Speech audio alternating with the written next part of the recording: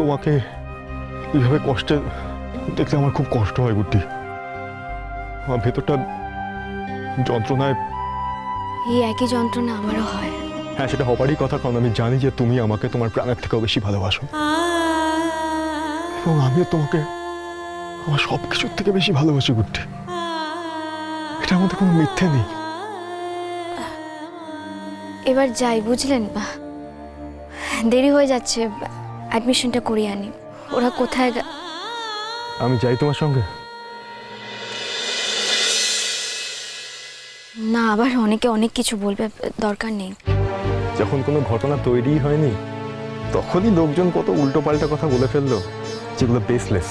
আর আজকে যদি আমি তোমার সঙ্গে যাওয়ার পরে লোকজন কিছু বলে, বলবে আর কি করবো। তাহলে কি আপনি আপনার গাড়িতে যাবেন তো? না না, আমি তোমার গাড়িতেই যাচ্ছি, অসুবিধা নেই, তোমার সাথেই যাই আমি। ওরা কোথায়? এসো। হয়েছে অনেক, এদিকে এসো।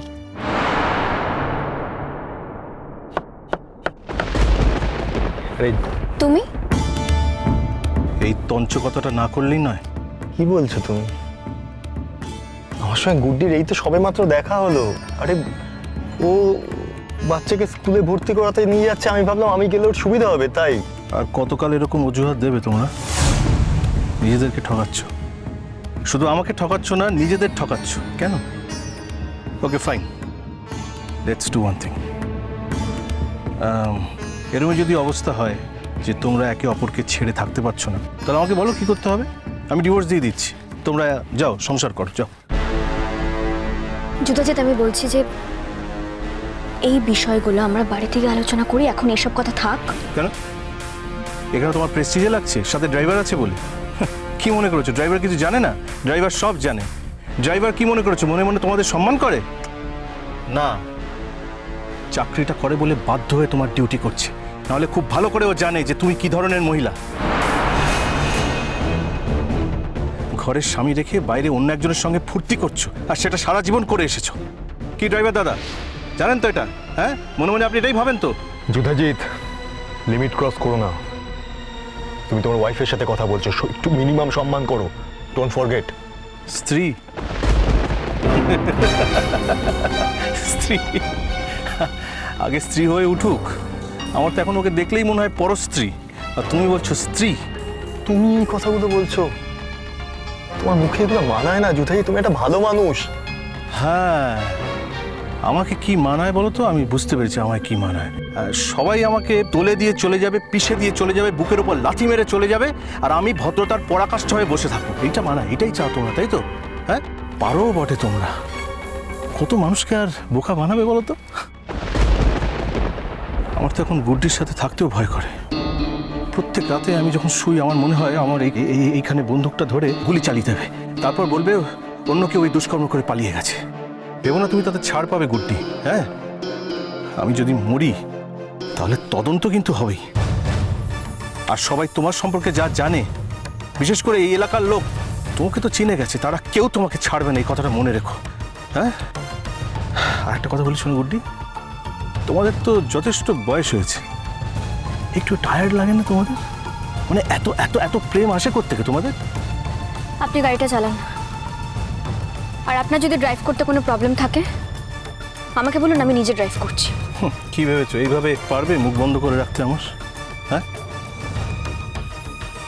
ভালোই ছেলে মেয়েকে নিয়ে ফুর্তি করতে বেরিয়েছো, চমৎকার। কি বলছো তুমি এসব?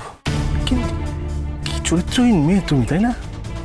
এই অনুজ শোনো, তোমার ব্যবস্থা যে করা সে করছে, আর তোমাদের দুজনেরই ব্যবস্থা হচ্ছে। কি মনে করছো তোমরা? কি মনে করছো গোটা পৃথিবীটা কিনে রেখেছো? আইন কানুন সব তোমাদের হাতের মুঠোয়। হ্যাঁ, এবার দেখো কি হয়। আমিও কমপ্লেন করেছি গুড্ডির স্বামী হিসেবে, এবার আমিও কমপ্লেন করেছি, এবার দেখো কি হয়। হয় এসপার নয় ওসপার। জুতাজিৎ, রাগে হিংসে তোমার মাথাটা একেবারে খারাপ হয়ে গেছে, সেটা আমার থেকে ভালো কেউ জানে না। তুমি ভয় দেখাচ্ছ আমাদেরকে, চাকরির ভয় দেখাচ্ছ তুমি। তুমি ওপর মহলে গিয়ে বলতেই পারো, কমপ্লেন করতেই পারো। আমার মনে হয় না ওরা তোমাদের সেরকম ভাবে কোনো দাম দেবে। কারণ কর্মসূত্রে তোমরা তো আর ওদের কাজে লাগবে না, কাজে কিন্তু আমাদেরকেই লাগবে। আর ওরাও খুব ভালো করে জানে যারা ডেডিকেটেড, যাদের এথিক্স বলে কিছু আছে নিজেদের লাইফে, তারা আনএথিক্যাল কিছু করে না। এই যে কথাগুলো বললে, বুকে হাত দিয়ে বলতে পারবে তোমার এই কথাগুলোর মধ্যে কোনো বেস আছে? পরিষ্কার করে বলো তো আমাকে, তোমার আর অনুজের মধ্যে একটা এক্সট্রা ম্যারিটাল অ্যাফেয়ার আছে কি নেই?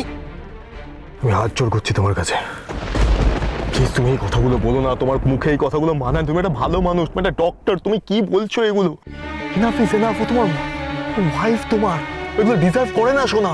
তুমি আমাকে ছোট করো, আমি একটা কথা বলবো না। ওকে তুমি আর ছোট করো না যুধাজিৎ, আর পারছে না যুধাজিৎ, প্লিজ প্লিজ আর ছোট করো না ওকে। দরদে একেবারে অস্থির হয়ে উঠছে, ও আর পারছে না। বুদ্ধি, তুমি নাকি আর পারছো না? তোমার প্রতি কি কনসার্ন ওর, দেখেছো? অথচ এই লোকটা একদিন তোমাকে ডিভোর্স দিয়েছিল, মনে আছে? মনে রাখো, মনে রাখো। তা ফষ্টি নষ্টি সেরে বাড়ি ফিরবে কখন? আমি আপনাকে বললাম না আপনি গাড়িটা স্টার্ট দিন। কি হলো, চলুন। আমি তোমাকে ক্ষমা করব না গুড্ডি, কোনোদিন ক্ষমা করব না। তোমার ক্ষতির দিন আসছে, তোমার চরম ক্ষতির দিন আসছে। তুমি আমার মতো একটা ছেলেকে ঠকিয়েছো তো, দেখে নিও তোমার কি হয়, দেখে নিও, দেখে নিও তোমার কি হয়, দেখে নিও।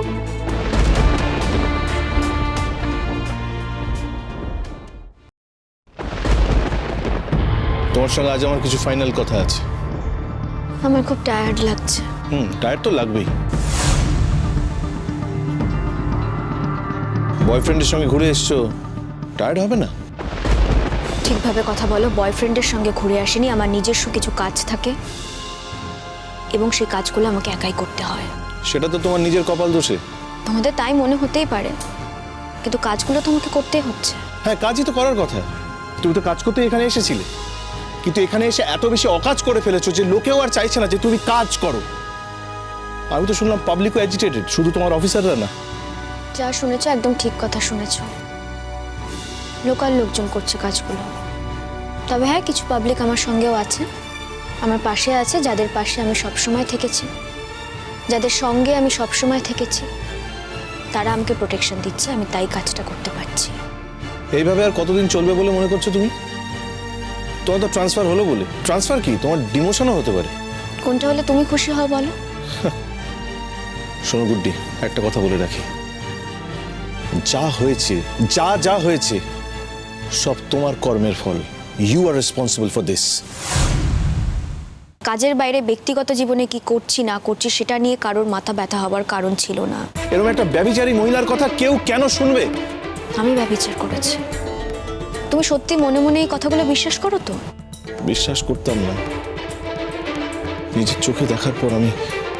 কি দেখেছো নিজের চোখে? যে ঘটনা ঘটালো অনুজ। যদি তর্কের খাতিরেই বলি তাহলে যা করেছে ও তো সেটা ওনার স্ত্রীর প্রতি করেছে। তোমার এত গায়ে লাগছে কেন? শিরিন দিদির প্রতি তোমার কবে থেকে এত ভালোবাসা ছিল? শিরিন দিদি এত বড় একটা অন্যায় করেছে, আমি যদি তোমাকে উল্টে অ্যাকিউজ করি, যে মানুষটা তোমার স্ত্রীকে মেরে ফেলতে চেয়েছিল তুমি তো তার কোনো প্রতিবাদ করোইনি, উল্টে যিনি প্রতিবাদ করেছে তুমি তাকে অ্যাকিউজ করছো। আজকে বোধহয় এটা ট্রেনিং করালো তোমার স্যার। এর জন্য কোনো ট্রেনিং লাগে না। আমি কোনোদিনও কোনো মানুষের ক্ষতি করতে চাইনি, আর সেই জন্য বরাবর চেয়েছি শিরিন দিদির সঙ্গে যাতে এরকম কিছু না হয়। কিন্তু কেউ যদি অন্যের বিচার করতে চায়, নিরপেক্ষভাবে বিচার করতে চায়, সেখানে আমার কি করার থাকতে পারে?